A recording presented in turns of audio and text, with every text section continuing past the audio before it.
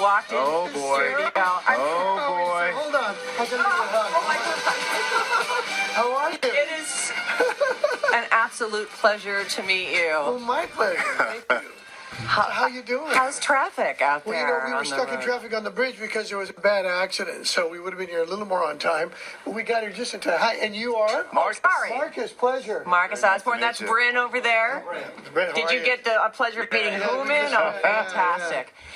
So how's everything in Dallas? Oh, everything's fabulous here. How's everything at Steve Perry? Well, Steve Perry land, yeah. How Yeah. is everything at How Steve is Perry? everything at Pretty Steve? Guy good. looks amazing, by the way. You do. You Smells good. You do. Dressed like in Well- black head to toe. You're looking. I got to do my Johnny Cash thing at this Yeah. age. I got to get every bit I can get. You know? I'm doing good. I'm excited about the new music and talking to people like yourselves and just going through radio. Has it just been a crazy whirlwind? Like I mean, out of the blue, 2 weeks ago, Yeah. we get asked, would you guys be interested in talking to Steve Perry? And after I picked myself up off the floor, Oh, you're sweet. I was, the answer was yes. And then we get to hear a new song, and there's your voice. There it is. I'm waiting for it, and there it is. So has the response been our response was insanity?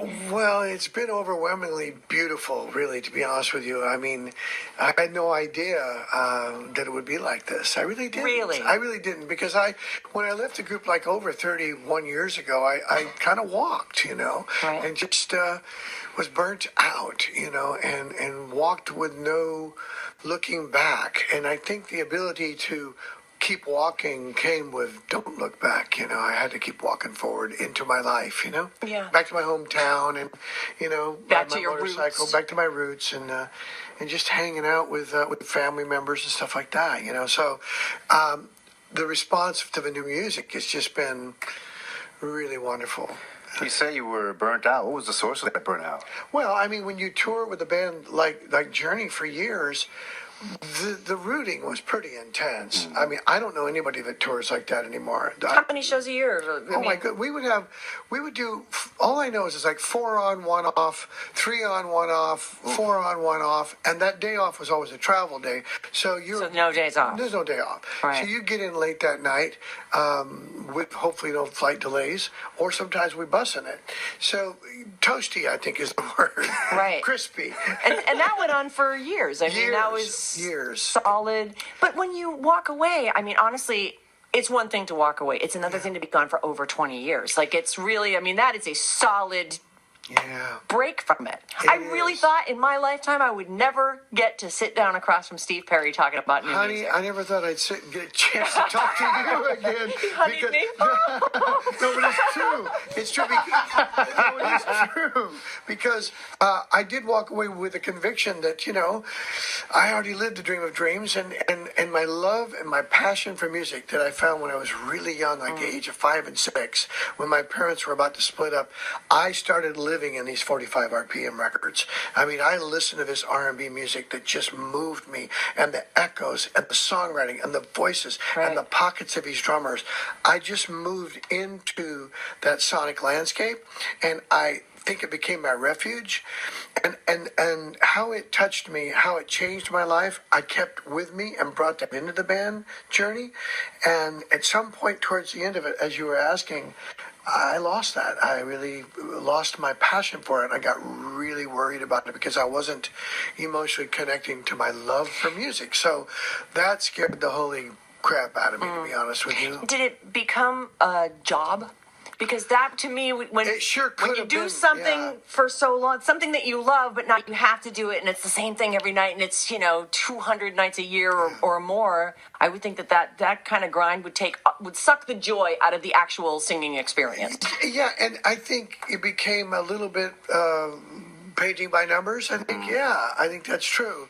And worse than that was I found an emotional disconnect from my own foundation that I pull from to sing from. Right. And it started to make me along with being what we used to call road burn, by the way. Road burn was when you're on the road so much, you're kind of burnt out. Yeah. Along with road burn and some party behaviors. I was going to say, also with the rock band thing, is that you burn it at both ends. I mean, This these was the travel 80s, days honey. are It was right. the 80s, Oh okay? my God! And so, you're a vocalist, like you have to be so careful. Yeah. I did. And so I certainly behaved myself before a show, never misbehaved during, but after the show, I'll see you tomorrow. Yeah. Well, Actually, it takes some real but it- wherewithal to even wait until after the show, Steve. But it catches up to everyone. Right. You can't do that along with just the pace of the whole tour. Yeah. Was the primary source of income for bands back then, that was the touring, right? There was, well, back then there was a thing called the record business. So you'd actually have You some know, you had cash Tower rolling in. Records over here on Bay Street. You had Warehouse Records. You had Sears, and you had back then these new stores were showing up called Kmart. Brand new shows, and then came Target. That was a brand new thing, you know. Yes. But they were all racking and selling physical records and CDs, which came later. So that, along with touring, was the income. Yeah, and then as of now, as you probably know, touring probably is basically it now. Touring it, probably some merchandising. That's it, Because yeah. the record industry, I mean, since you went away, it's just changed. We were just talking about how easily accessed every single thing. It's like collections don't matter the way they used to do. Right. You know, when you'd have the record and you call your friend, you come over and listen to the new record. And Well- now it's, I've got every record, you name one, I'll get it But for I you. purposely did an album cover that is very intricate and very always holding up. We a little bit. stared at that for 20 minutes We yesterday. spent a lot of time with this yesterday. Yeah, Well, with the it's- color version, of course. It's not. Yeah, there's actually the backside. You're missing the other side. Oh, is that so? Yeah. Oh, boy. Yeah. And it continues to. I worked with a great artist named Jeff Walk, and put everything that mattered to me into this. My life almost is in this entire cover, and it's just traces of my past. And if you And that's the name of the record, Traces. yeah, traces. And if you look really close, on the marquee in the far distance of that theater, my dad used to perform at the Hanford Theater, where I was born and raised in Hanford, Is California. that what that theater is? Yeah, right there. And if you get it, you can zoom in on it when you actually get the cover. Yeah, pull the, here, there it hold is. on. Yeah. We've got it in color here There now. it We're is. looking so at pull to the right. Oh, go to the right. Go to the right. Keep More. going, keep going. Oh, that's, how is that Oh, there possible you that go. that's all we... Keep going to the right. More to the right. Weirdly, it's only giving us a quarter of Oh, the it's only thing. giving you. Yeah. Oh, and it's got a little bit of the back on it. Yeah, well, the theater's to the right, and on the marquee it says appearing Ray Perry's son. Because Ray Perry's son? my dad was Oh, Ray Perry, funny. so he used to sing there. So there's just a lot of stuff on, but Okay, I have a question. What's the lady in the fishnet? Like, where's that in your life? she's I want to sexy hear is about what this. She is. Oh, you're just like a she's sexy just girl. A sexy girl who's It's a nameless girl. You're not going to tell got her me. legs in the air and enjoying the music. That's Like she being just don't played. care. The rock star, so that's got to be in there somewhere. Right. She looks fantastic, and she's really happy about the floating phonograph she's Sure. listening to behind her. Right. But if you look close, there's a microphone to the left of that, which is my M49 I sang on. Oh, look at that. Okay. There's just a lot of stuff. What about the dog in the... The dog is Marlo. That was Kelly and my. That was our dog. Yeah, Kelly. So, how much of what you're doing right now is because Kelly said, do not go back into isolation? Probably about 90%. You think that maybe if she hadn't been adamant that you might have... Well, yeah. I mean, she was very clear that, facing stage 4 cancer, at nights we would talk, and it was my favorite time just to be laying there in the dark, and either I'd talk her to sleep or she'd talk me to sleep. You know, it was just a great moments of honest conversation. And one night she said, I need to ask you a favor. I said, what's that? She said, would you make a promise? Well, we'd had a lot of serious conversations, and I thought, well, here it comes, and she said, I need you to make a promise that if something was to ever happen to me, that you wouldn't go back into isolation, for I feel it would make this all for naught. Now, she said this all for naught, and I'm sitting there, laying there in bed, and I'm thinking, oh my goodness, she's looking at the whole arc of us meeting each other, being together, and the possibility of us not being together, and she's seeing some purpose. There's got to be some purpose if that was to come to fruition, So I made the promise. And after I lost her, 12, 14, 12, a couple of years went by, and I was in the grieving process for quite some time, which, if you're alive, we all have loss. But that one particularly, for me personally, was, I was at home with her. I just felt finally home with somebody. And I'd been looking for a home for a long time.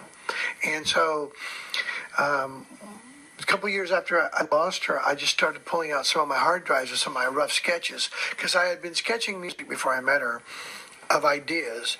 When you say sketching, you had like melody ideas or poems or exactly. Okay. I have a laptop. I have Pro Tools. I have a rig that I can sketch so ideas. you can with. hum right into it, or do you play a little guitar or piano? Yeah, I got loops going. I got keyboards going. I got vocals going. I got harmonies going. I'm building tracks, and a lot of these tracks you hear on the Traces record came from those demo sketches, and I just added musicians, and some of them kept the demo vocals because they felt. Really? Well, yeah, because when you're writing music, there's something about the moment it shows up, the moment it starts to identify itself. And by the way, I had not felt this passion for music until I started doing this again, because I had lost this. So this was a big homecoming for me, because if it didn't come back, I was going to have to be okay with that, because I already had lived the dreams of dreams with Journey. I really had. But if it comes back, it was the amazing thing, and it started to come back. So the passion for it and the songwriting started to return. And when you're in the moment, when an idea starts to show up, there is something definitive about that first stroke of paint on that piece of blank canvas is very important, because I can sing something, just off the top of my head, and it just feels right because it's never been defined before or worked or repunched or resung, or it just feels natural. So there was a bunch of moments like that, quite a few, that I kept, thanks God, because I had Pro Tools. Right. And I just started using those moments and overdubbing background vocals and real drummers, Vinnie And I want to talk about some of the people in this. We're talking with Steve Perry. Unbelievable. We're talking with Steve Perry. Words I never thought that I would say. It's so great to have you in here. Thank you. As I was looking through some of the stuff, I see that Roger Manning is on here. I'm like a huge Jellyfish fan. I saw his name. So I've sort of been kind of following him. How much is he on? And are you guys friends? Yeah, we're friends. He's all over the record. He's on a song especially called Most of All. He did a beautiful job on that. He's on the whole record in a lot of different places. He's so talented. He shows up with a complete rack of digital and analog gear. So when you're sitting there, you're not just locking up to Pro Tools and putting anything in sync or nothing. Right. He's actually performing, as I did with the drums and everything. So he fit right into the musical direction that I wanted to follow, which was people overdubbing their hearts on this record with their talents. Right. Not just making not looping not necessarily, electronic music and all that. Quantizing everything. Exactly. No, I didn't want to do that. Right. So that's why it took a little longer, because we're talking about people pouring their hearts out. Real musicians. Yeah, musicians. Well, and how nice it must have been to have that kind of time. Like, you weren't under a deadline, and there isn't a record company breathing down your neck. built a and you studio. really could. Yeah, is this at your home? Yeah, I built a really full-fledged studio at my house. How amazing. Is that where you shot the video? Where's the video shot? For Noah Racing? No, Noah Racing was shot actually in a rehearsal space. Okay, because it's huge. I wondered, is that his personal space? No. How amazing. The studio is more of the size of Motown, to be honest with you. It's the tracking room is about the size of Motown's tracking room. Which is about how big? I don't know. It's how big probably the size of a car and a half width, because Motown was actually a garage. Oh, how funny. Yeah, and then they closed it off. And then they built. And so that's how wide it is. That's how wide it is. And they built a control room. So it's small, but these days with the, you just need so much less equipment. That's plenty. All the drums were in there, everything. So Traces is coming out on October